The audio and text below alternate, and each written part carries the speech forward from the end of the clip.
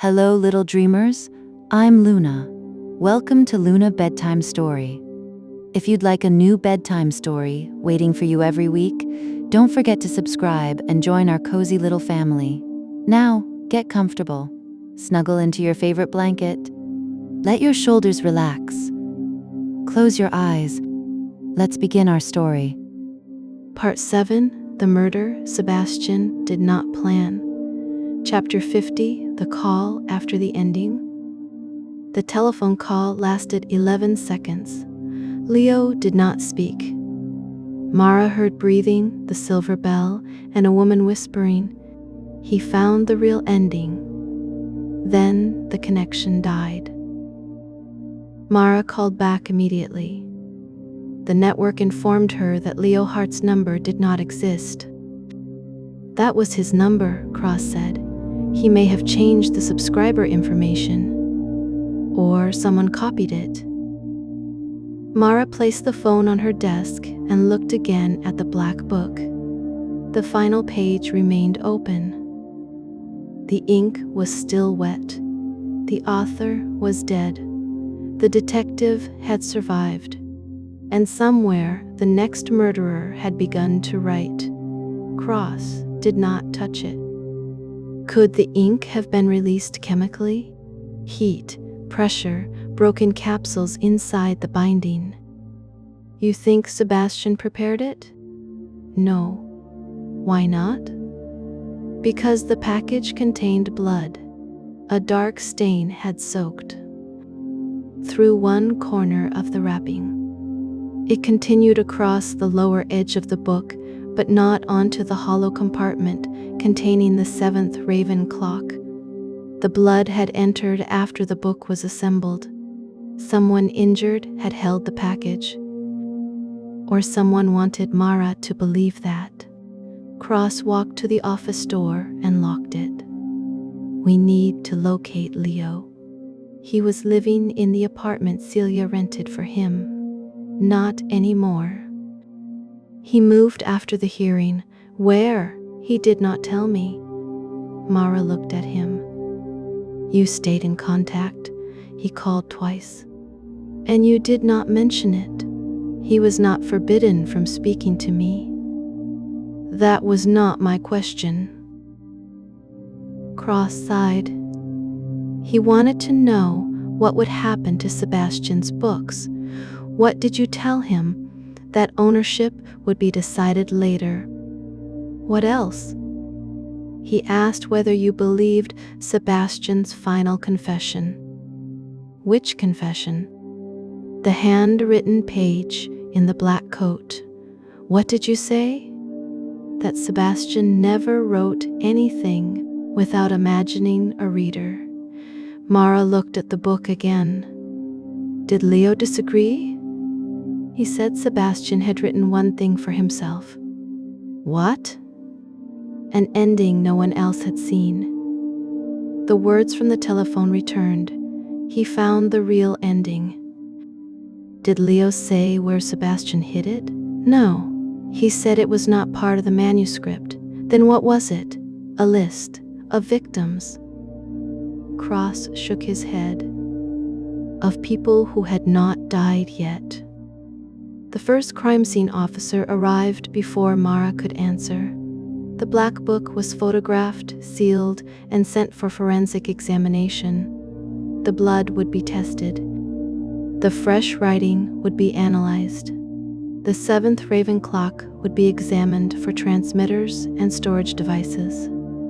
Mara watched the book disappear inside the evidence case. She did not like losing sight of it.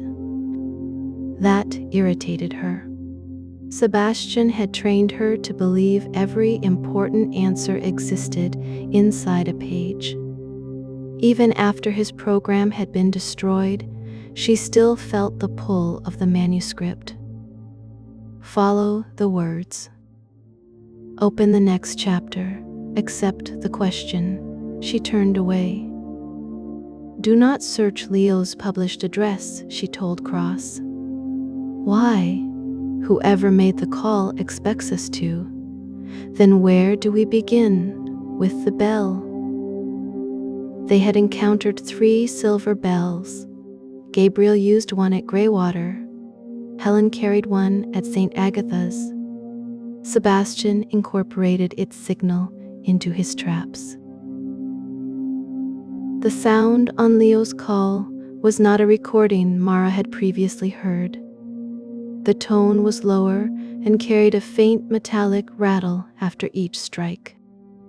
An old bell. Damaged. Mara played the call for the audio laboratory. The analyst isolated the ringing and removed the breathing. There are background frequencies, he said. Voices, machinery. A repetitive, low vibration. Printing press? No. Slower.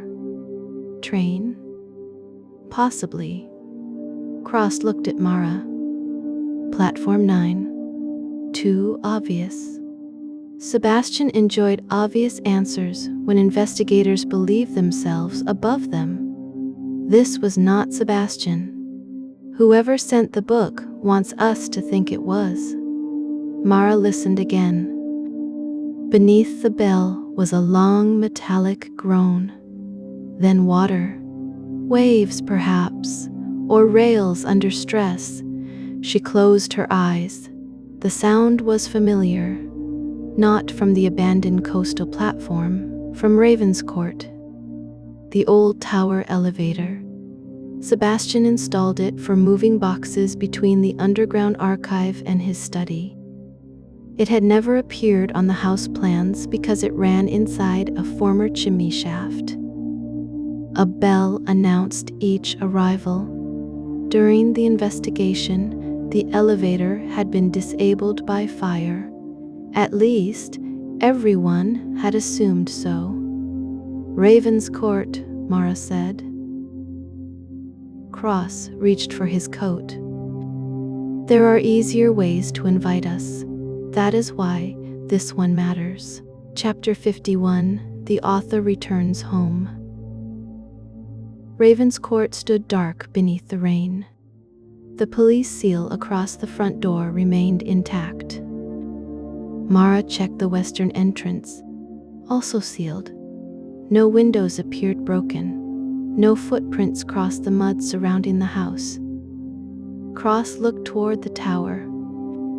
If Leo is inside, he did not enter recently. He may not be alive. Optimistic. Prepared. They entered through the front door after documenting the seal. The entrance clock ticked in the darkness. Cross stopped beneath it. This started again after the program deleted itself. Yes. It has kept the correct time. It is a clock. You used that line before. Because you continue being surprised when clocks behave normally. Mara examined the 7 raven face. The 6th bird concealed a tiny lens. She had seen it during the original search. The 7th raven's compartment was empty. She opened it. A piece of white thread had been placed inside. Not recently. Dust covered part of it. The thread resembled material from Alice Frost's coat. Was that there before? Cross asked. No. You are certain? I opened this compartment. Someone entered the house after it was sealed, or they placed the thread before the first search ended. The tower elevator was hidden behind a false shelf in Sebastian's private archive. Its iron gate stood open. A metal platform waited beyond it. The control panel contained 3 buttons. Study. Archive below. Cross pointed toward the 3rd. That button was not documented. It was concealed beneath a brass plate. Where does below lead? Mara pressed it. The gate closed. The platform descended. The shaft groaned around them. Cables vibrated overhead. A bell rang as the platform passed the archive level, the same damaged note from Leo's call. They continued downward. "How deep is this house?" Cross asked. "Deeper than," Sebastian admitted. "That principle applies to everything involving him." The elevator stopped. The gate opened onto a narrow stone corridor. Water covered the floor. Electric lights glowed at long intervals, powered from somewhere beyond the house. The air smelled of salt, oil, and wet ash. Mara drew her weapon. Cross did the same. They followed the corridor toward the sound of machinery. A printing press occupied the chamber at the end. It was running. Blank paper moved through its rollers. Each page emerged without ink, traveled along a conveyor, and fell into a steel furnace. The furnace was cold. The pages remained unburned. Someone had interrupted the process. Beside the press stood a desk. Leo sat behind it. His eyes were open. A thin black cord encircled his throat. Blood covered his right hand and the lower edge of his shirt. The silver bell rested before him. Cross moved toward the body. "Wait." Mara studied the scene. Leo's left hand lay on the desk. His right extended toward a sheet beneath the bell. One finger rested on a handwritten word.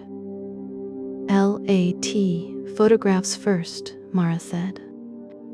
Cross checked Leo's neck without disturbing the cord. "No pulse. How long? I cannot tell. Body cold?" "Yes." "The call came 28 minutes ago. Then it was not live. Someone delayed it, or used a recording of his breathing." Mara looked at the press. No ink, no message, only blank pages prepared for destruction. She examined the wound on Leo's hand. His index finger had been cut. Not a defensive wound, a deliberate incision. Blood had been used to mark the paper beneath the bell. Mara lifted the edge without touching it. A sentence appeared beneath Leo's hand. "The wrong man finished the book. Cross, read it." "Who is the wrong man? I do not know." "Sebastian? Leo? Me?" Mara looked toward him. Cross raised one hand. "It is a reasonable question."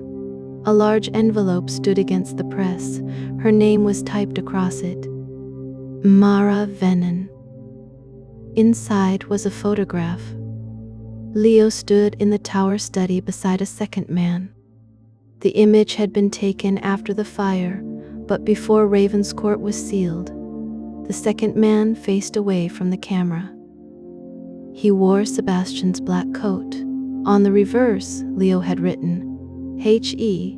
was there when Sebastian died." Cross examined the figure. "Build similar to Nathan or Peter." "Peter is dead. He was not dead the first time we believed it, or Sebastian." Sebastian's body was identified genetically. Then someone dressed as him. Again, the coat. Again, identity reduced to clothing. Mara walked around Leo's desk. A small recorder was fixed beneath it. She pressed playback. Leo's voice filled the room. "Mara, if you are listening, the person who killed me has already shown you Sebastian's real ending." A pause. "He will tell you he is helping." Cross became still. Mara continued listening. "He did not write the manuscript. He changed its final condition. When you typed 'case closed,' Sebastian's program was supposed to reveal the list?" "The list of future victims," Cross said. "It did not," Leo continued. Someone replaced it with the blank chapter. Mara remembered the screen. Detective Mara Venn finally understood that the murderer was. She had written the ending herself. Leo's voice weakened. The program accepted your answer because someone programmed it to accept anything. Who? Mara asked, though the recording could not respond. He had access through the investigation. He copied the executable before Sebastian died. He used the manuscript keys to make 6 authors appear responsible. Cross looked at Mara. Someone outside the 6 contributors. The recording continued. I found his changes in the administrative log. Sebastian never intended the suspects to write through Silas Gray. That was added afterward to disperse responsibility. Mara felt the previous solution fracture. The 6 keys existed. The contributors altered chapters. But the idea that the fictional detective was a composite might itself have been manufactured by another author. Sebastian designed Silas to identify one person, Leo said. Every chapter contained murderer's knowledge because the same person had access to every crime. Then who? Cross whispered. Leo coughed on the recording. A bell rang in the background. He calls himself the detective. The audio ended. Cross looked at the cord around Leo's throat. The detective. Mara's gaze moved to him. He understood. You think it means me. It might. I was in the hospital when some chapters changed. Your credentials were used, copied. You concealed your family connection. To protect the investigation from my history. You withheld meetings with Sebastian because he manipulated me. You followed Peter to Platform 9. He was my father. You knew Leo before Sebastian hired him. I was searching for Silas. You carried the transmitter that armed Sebastian's cardiac device. Unknowingly, you had access to every crime. As an investigator, silence settled between them. The press stopped. A page remained trapped between its rollers. Words had been printed on it. Not black ink, red. The fictional detective has found his body. Cross-read it. Then the chamber lights went out. Chapter 52, The Detective in the Dark. Mara heard Cross move. She turned toward the sound and raised her weapon. Stay where you are. I am beside the desk, hands visible. It is dark. Tell me where they are. One is holding my weapon. The other is empty. Place the gun on the floor, Mara. Now. Metal touched stone. Cross said, down. Mara switched on her flashlight. The beam found the weapon near his foot. Cross stood with both hands raised. His face showed disbelief, anger, and something more painful. Recognition. He had always known this moment might arrive. Mara retrieved his gun. I did not kill Leo. Turn around. He obeyed. She searched him. No cord, no blood, no remote control. Inside his coat was a folded list. Mara removed it. 7 names had been typed beneath a black raven symbol. Leo. Hart Nathan. Armitage Celia. Ward Rebecca. Vale Alice. Frost Orla. Gray Mara Venn. Leo's name had been crossed out. Where did this come from? Cross looked at the page. I have never seen it. It was in your inner pocket. Someone placed it there. When? I do not know. You entered an unsearched chamber with me. You were behind me in the elevator. You approached Leo's body. For 2 seconds, turn around. Cross faced her. You believe Sebastian chose you because you were connected to Greywater, he said. Perhaps he chose you because he expected you to arrest me. Did he? He accused every person close to the case. Why not me? You were named in the 7th clock. Which brought me to Peter, or gave you reason to disappear. You saw the letter, a letter written by Sebastian. Exactly. Mara looked at the list.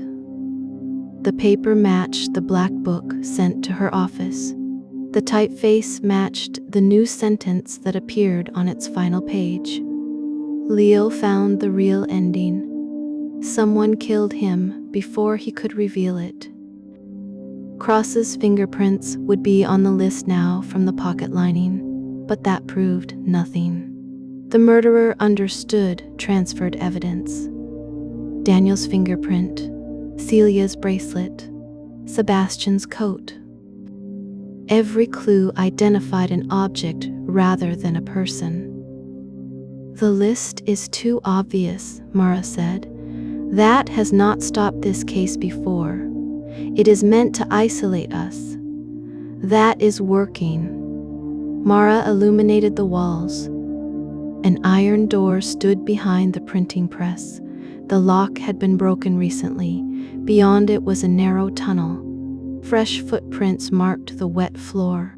One set, leading away. You remain here, Mara said. You cannot follow alone. You are no longer armed, and you have an injury. I am fine. You are bleeding. Mara looked down. Leo's blood marked the sleeve of her coat. She had not touched him. The stain had not been there when she entered. Someone had brushed against her in the darkness. Behind you, Cross said. Mara turned. A figure disappeared into the tunnel.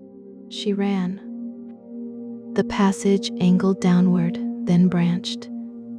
Left smelled of salt water. Right carried the odor of smoke. Mara checked the floor. Water had erased the footprints. Cross reached the junction behind her. You were told to stay. I have a history of disappointing instructions. A bell rang from the left passage. A woman screamed from the right. Divide, Cross said. No, someone needs help. The sounds are choices. Which one is real? Possibly neither. The scream came again. This time Mara recognized it. Orla. Cross looked at her. She is supposed to be in custody. So was Nathan when he disappeared. The bell rang a third time. Between both sounds came a faint clicking. Mara looked up. A camera watched the junction. The murderer wanted to see which direction they chose. Mara raised her pistol and shot the lens. Both sounds stopped. Cross smiled faintly. You are damaging a lot of electronics lately? We go back? Leo's killer escaped through here and expects us to follow. So we do nothing? We investigate the place they abandoned. They returned to the printing.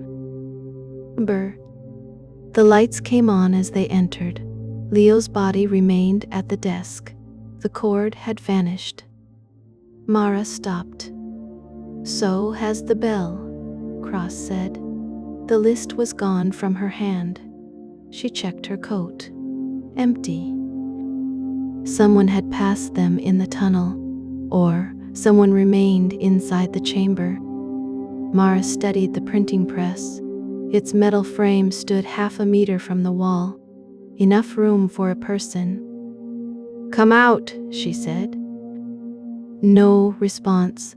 Cross moved left. Mara moved right. They reached the back simultaneously. No one. On the wall behind the machine, someone had written in red, "A detective does not need to commit murder." Beneath it, "He only needs to arrive too late." Mara looked at Leo's blood-stained word. Late, not an accusation against them. A method. The murderer brought investigators to each crime after the decisive act, then used their discovery to activate the next scene. A detective who did not solve murders. A detective who required them. Chapter 53, The Investigation. That killed Leo had died between midnight and 2 in the morning. The call reached Mara shortly after 6. The recording had been delayed for at least 4 hours. Dr. Timon. Shah found 2 distinct ligature marks on his neck. The black cord present at discovery had not killed him. A wire had. The similarity to Sebastian's death was intentional. Leo's blood matched the stain on the packaged book. He had handled it after his hand was cut, but his fingerprints did not appear on the outer wrapping. He assembled the clock inside the cover, Dr. Shah said. Someone else packaged the book. Could he have written the final sentence? The ink contained blood from his injured finger, but that does not prove he wrote it. Time of hand injury? Before death. Possibly several hours. Was he restrained? Bruising around the wrists. Cause? The wire?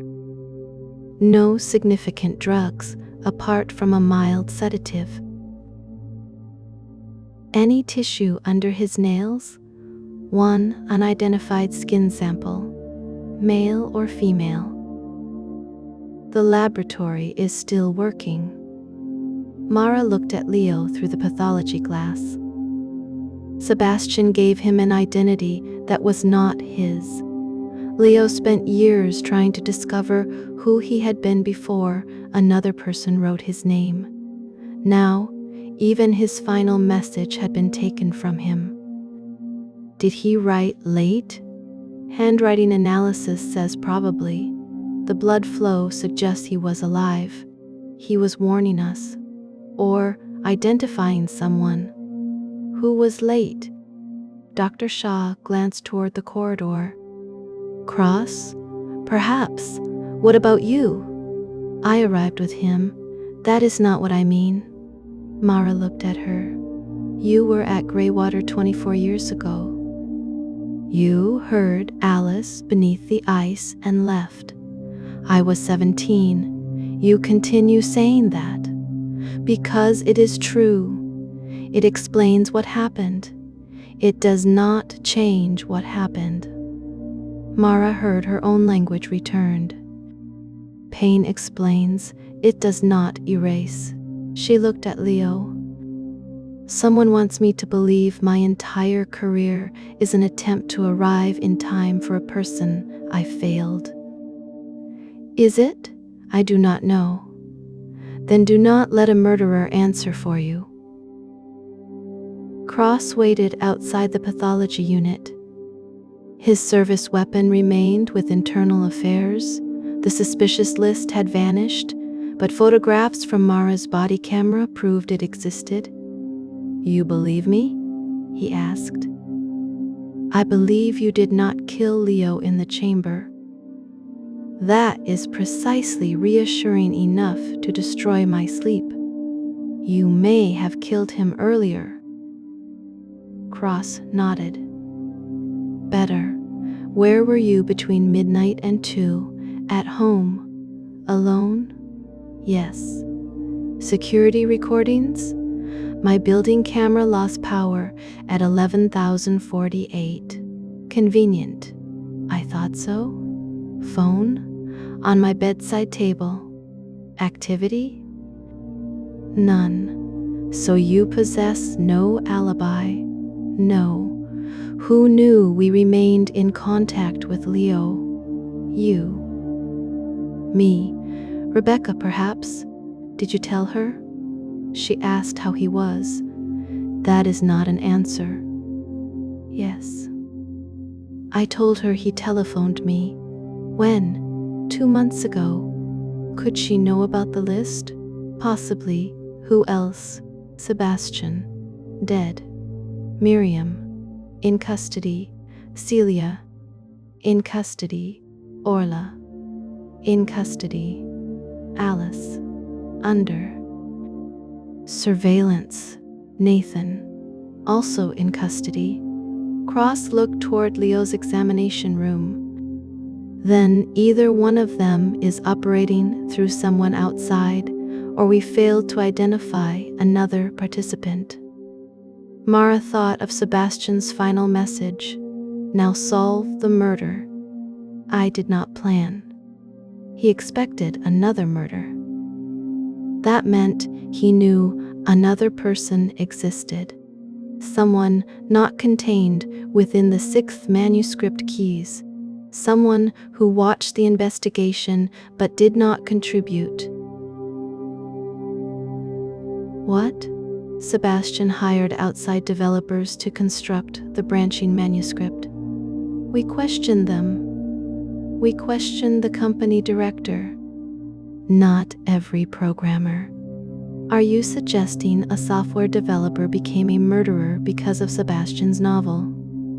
I am suggesting someone had access to the complete branching design. They knew the manuscript better than any individual contributor. Why kill Leo? He discovered the altered administrative log, then identify who changed it. The logs were erased. Backups? Sebastian's executable contained one hidden server address. It stopped responding after the program deleted itself. Location? Unknown. Cross considered this. Leo may have found it. His phrase was, "The wrong man finished the book." A man. Unless the sentence was dictated. The laboratory called. Skin beneath Leo's fingernails produced a familial match, not an identity. A first-degree relative of Peter Cross. Mara looked at Cross. He had heard the result through the phone. That could be you, she said. Or Leo. Leo cannot leave his own skin under his nails in that pattern. Who else? Me. Cross stared at her. Mara was Peter Cross's daughter. Her DNA would produce the same familial connection. So would any other child Peter had fathered. They knew Leo. Cross. Mara. Perhaps there were more. Peter Cross had spent years moving between Greywater, St. Agatha's, the police service, and false identities. The hidden children might not have ended with Leo and Orla. The list contains 7 names, Cross said. 7 intended victims. Or 7 siblings. Mara looked through the glass at Leo.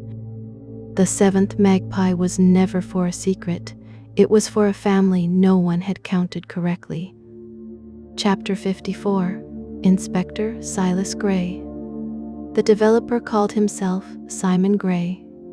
Not Gray. Gray. He had worked remotely on Sebastian's interactive manuscript for 9 months. The software company believed he lived in Prague. Payment records led to an account in Switzerland, then to a shell corporation registered under the name Magpie Holdings. No verified photograph existed. His employment documents were false. He attended meetings through an avatar. His voice had been synthetically altered. He had not written the manuscript.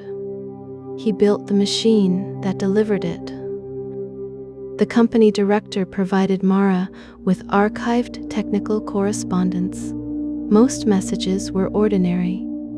File structures, unlock conditions, encryption, timed recordings. One exchange was different. Sebastian wrote, "The detective must appear to know the reader's latest discovery." Simon responded, "Then the reader must provide it unknowingly." Sebastian, keyboard capture. Simon, credentials, search history, active files, microphone input. The program can select prepared text based on evidence the detective enters. Sebastian, that is more access than I requested. Simon, a detective who values privacy should not investigate a dead author's computer. Sebastian, delete the credential function. Simon deleted. It had not been deleted. Simon used it to copy Mara's credentials. He directed transfers, removed evidence, and altered custody orders, possibly under instruction, possibly for himself. A later exchange was more revealing. Sebastian wrote, "You understand Silas unusually well." Simon, "Every hidden child understands him." Sebastian, "Who told you about the Red Room?" Simon, "You did, in your first novel." Sebastian, "That chapter was removed before publication." Simon, "It remained in Miriam Cross's manuscript." Sebastian did not respond for 3 days. "Then, what number were you?" Simon, "You already know." The exchange ended. Cross read the messages beside Mara. Another Greywater child, an adult now. Peters? Leo's skin sample may tell us. Simon killed him. Probably. Because Leo found the administrative changes, and because only one of them could remain Silas. Gray. Cross looked at her. Leo was not truly Silas. Neither is Simon. Then why compete for the name? Because Sebastian made it the center of the book. Whoever controls Silas controls the investigation. The company supplied a backup of Simon's source code. Hidden in a comment field was an address, not a digital one. The house without clocks. Mara searched Sebastian's properties. Ravenscourt was the house of clocks. Greywater had a tower clock. St. Agatha's had bells. The phrase appeared in Miriam's original manuscript. Gabriel sent the children who displeased him to the house without clocks.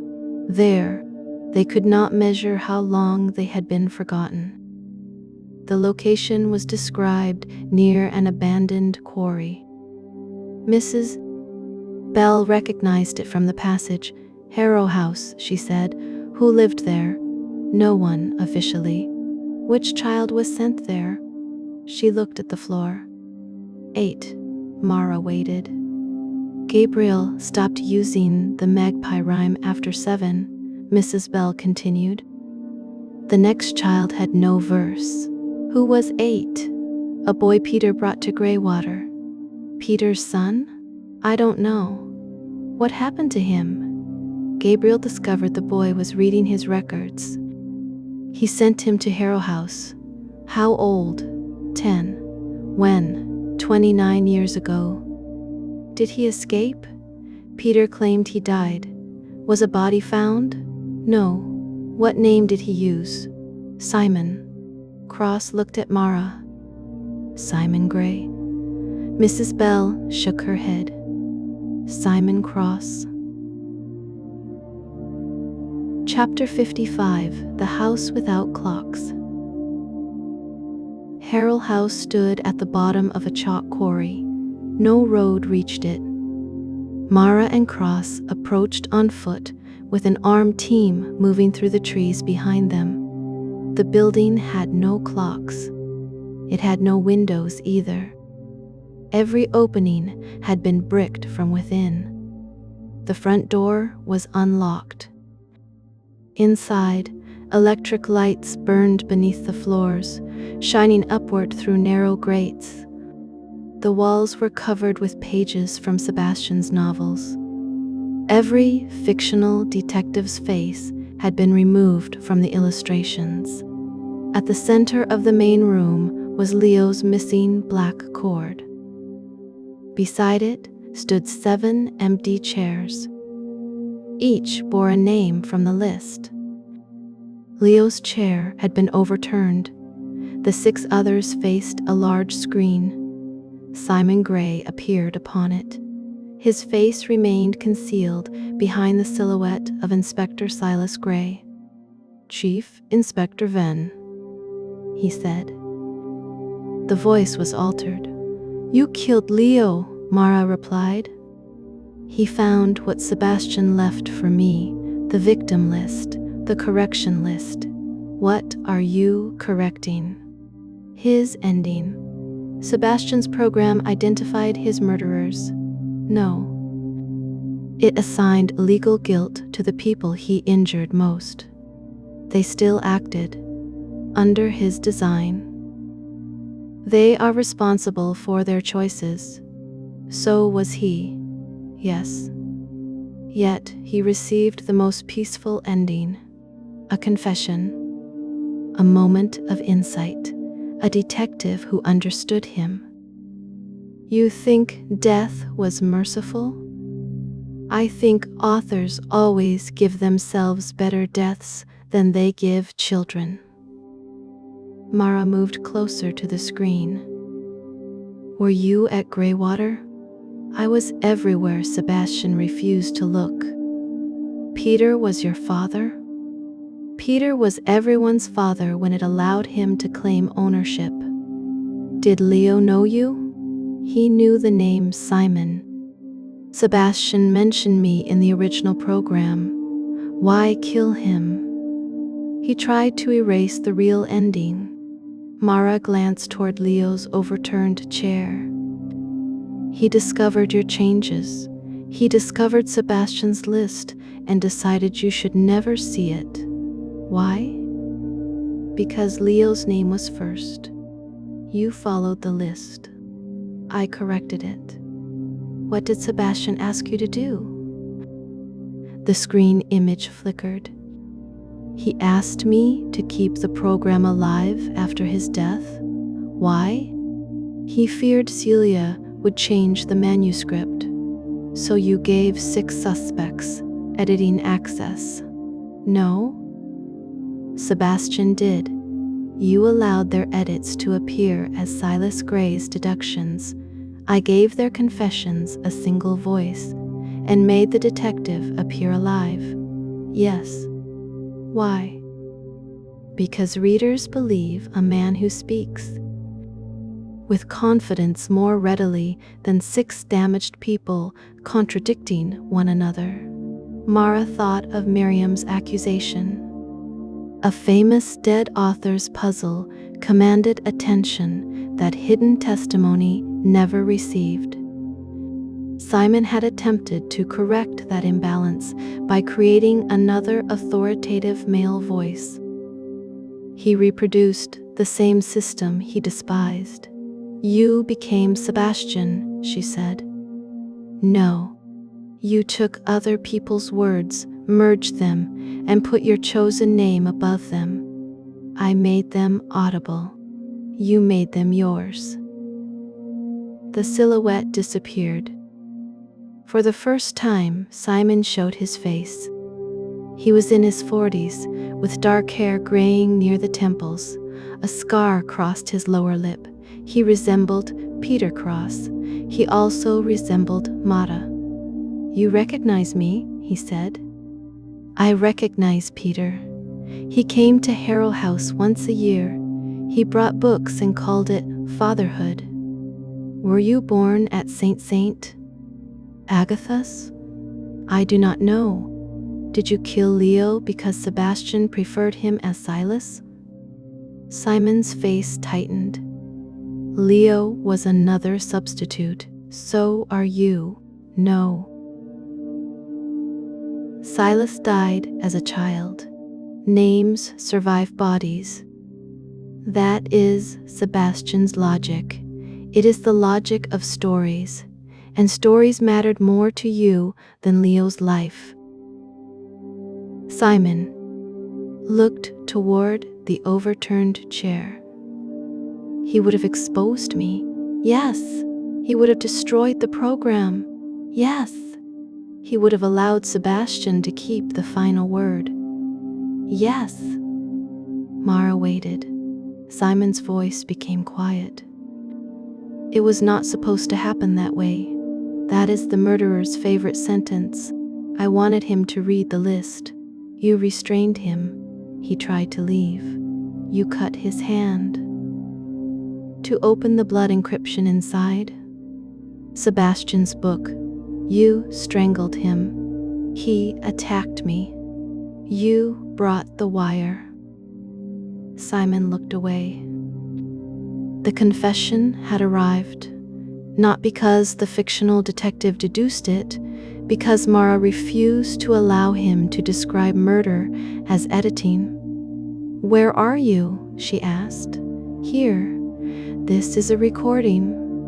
Simon smiled. Are you certain? Cross looked toward the floor grates. A shadow moved beneath them. Mara raised her weapon. The main door slammed shut. Gas hissed through the walls. Simon's image disappeared. A countdown appeared. 007, thou's trows. Cross pulled his shirt over his mouth. Another choice? The 7 chairs began sinking into the floor. Beneath each was a glass chamber. 6 contained people: Nathan, Celia, Rebecca, Alice, Orla, Miriam. All unconscious. Simon had removed them from custody using Mara's credentials one final time. Leo's chamber was empty. The screen displayed 2 commands. SAV, the murderers. Save the manuscript. A steel box rose at the opposite side of the room. Sebastian's complete digital archive lay inside. If Mara released the 6 chambers, the mechanism would flood the archive with fire. If she protected the archive, gas would enter the chambers. Cross looked at her. Sebastian's crypt choice. Simon copied it. He wants to prove we are manipulated by narratives. No, he wants us to validate his. The countdown reached 6 minutes. Mara examined the floor grates. Simon is underneath us. He controls the mechanism. He expects us to use the screen. Cross understood.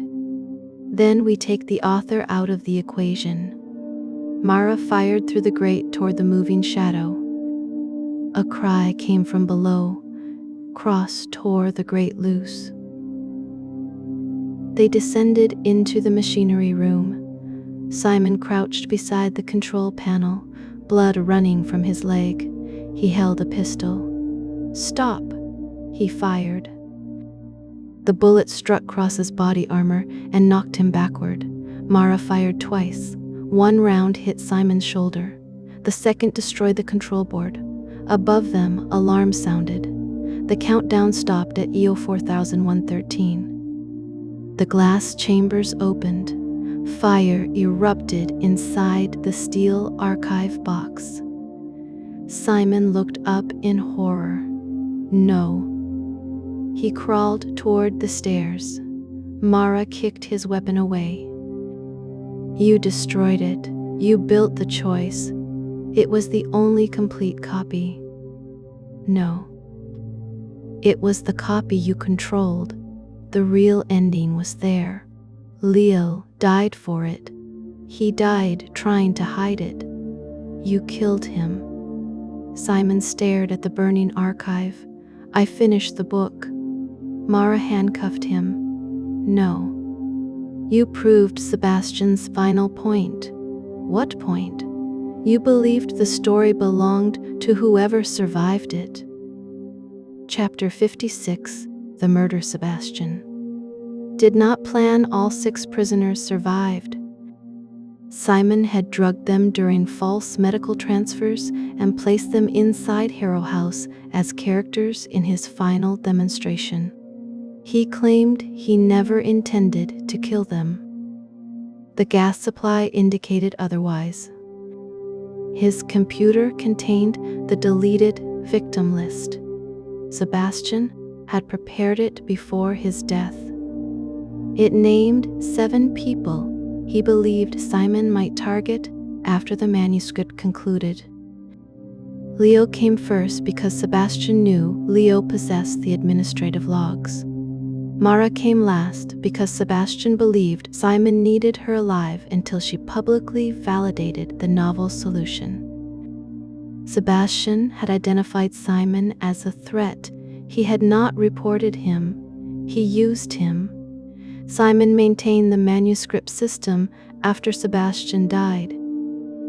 He facilitated the suspect's anonymous edits, directed evidence transfers, and created the illusion that Silas Gray was solving the case in real time. Sebastian knew Simon had access to the program. He also knew Simon identified with the dead child whose name he adopted. That was why he left the list. Not to prevent murder. To create another chapter after his own case ended. Sebastian had predicted the possibility of Leo's death, but had done nothing to stop it. He wanted Mara to solve the murder. He did not plan, because every new victim enlarged his final work. Cross-read the evidence report from his hospital bed, so Sebastian wins again. No, he anticipated Simon. He anticipated danger. He did not know precisely what Simon would do. He placed the list inside the program. To provoke him, he sent the black book. Simon sent it using material Sebastian left. The note was in Sebastian's handwriting, written before his death. Cross looked out the window. He created the sequel. He created conditions. Simon chose murder. That distinction again. It matters. To whom? To Leo. Mara placed the final report on the bedside table. Cross examined the title. Homicide of Leo Hart. No reference to Sebastian's manuscript appeared in the heading. No dramatic title, no fictional detective, only Leo's name. Simon confessed? Cross asked. He confessed to restraint and assault. He claims the strangulation was accidental. Evidence? The wire was prepared in advance. His DNA was beneath Leo's nails. The delayed call was sent from his system. The black book contained fibers from Harrow House. And motive? Leo discovered him. Cross nodded. A disappointingly ordinary murder. There are no ordinary murders for the dead person. What about the real ending? Mara removed a single recovered drive from her bag. The Harrow House fire destroyed the archive box, but one device survived inside a fireproof compartment. Simon believed it contained Sebastian's final chapter. Forensics found only an audio recording. Mara played it. Sebastian's voice emerged. Simon, if you are hearing this, you have mistaken prediction for permission. Cross closed his eyes. You will tell yourself Leo's death belongs to me because I brought him into the manuscript. You will be partly right. The recording paused. I knew you envied him. I knew you believed the name Silas belonged to you. I knew showing you the victim list might provoke violence. Mara felt her anger returning. I did it anyway, Sebastian said. Cross looked at her. For the story. For control, Mara replied. Sebastian continued. But I did not place the wire in your hands. I did not delay the telephone call. I did not tighten the cord. His voice hardened. You did. Simon had listened to this after killing Leo. It had not stopped him. Perhaps it drove him toward Harrow House. The murder I planned belonged to many people, Sebastian said. The murder I did not plan belongs to you. A final pause. And now it belongs to Mara.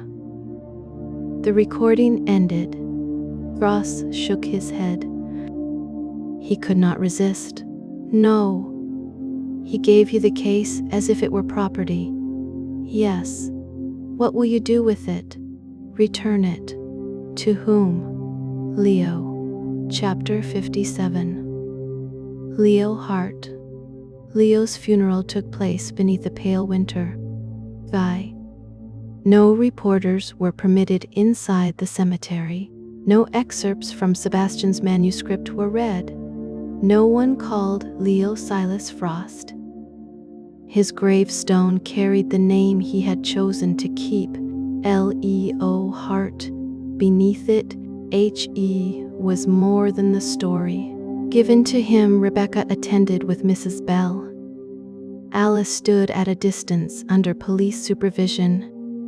Orla remained in custody but sent a handwritten letter. Mara placed it unopened beside the grave. It belonged to Leo, not to the investigation. Celia asked to pay for the service. The request was refused. Miriam sent the original dedication page from 7 for a secret. She had added Leo's name beneath Rebecca's. Mara did not bury it with him. Another person's manuscript had shaped enough of his life. Cross stood beside Mara after the others left. What happens to Simon?